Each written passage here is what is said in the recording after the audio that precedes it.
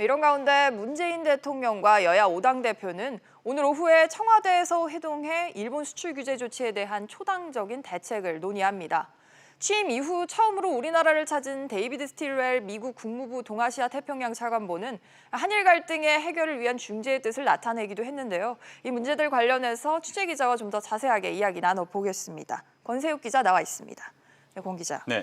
한일 갈등에 당을 넘어서 초당적인 해법을 찾겠다 이러면서 문재인 대통령과 여야 5당 대표들이 회동을 갖는 거죠. 네, 그렇습니다. 문재인 대통령과 여야 5당 대표는 오후 4시부터 2시간 동안 만날 예정입니다. 네. 문 대통령이 여야 대표를 청와대로 초청을 해서 회동을 갖는 것은 1년 4개월 만인데요. 의제가 제한되지 않았지만 일본 수출 규제 조치에 대한 대응책이 핵심 의제가 될 것으로 보입니다. 특히 문 대통령과 제1야당 대표인 황교안 자유한국당 대표가 국정 현안을 놓고 마주하는 것은 사실상 이번이 처음인데요.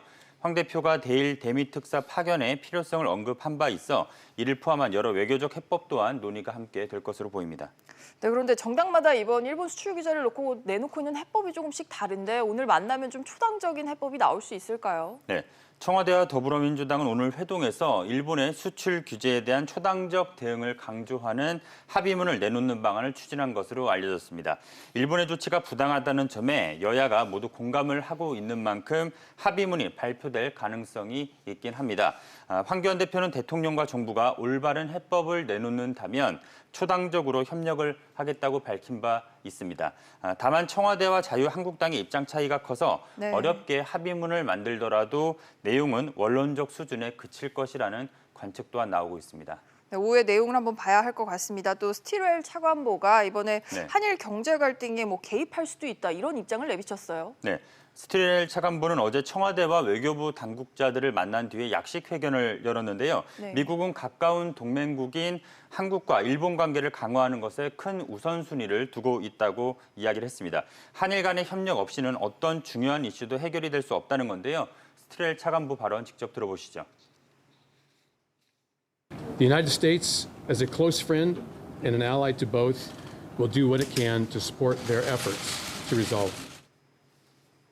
미국이 과연 중재에 나설지 관심이 높은 상황인 거죠. 네, 그렇습니다. 스틸웰 차관보는 어제 김현종 청와대 국가안보실 2차장을 만난 뒤에 우리는 동맹이기 때문에 한국과 미국이 관련된 모든 이슈에 관여할 생각이라고 밝혔습니다. 다만 기본적으로 두 나라가 민감한 이슈를 해결을 해야 하며 해법을 찾기를 기대한다고 덧붙였습니다. 두 나라가 미국의 핵심 동맹이라 어느 한쪽 편을 들 만큼의 적극적인 개입은 어렵다는 뜻으로 풀이가 됩니다.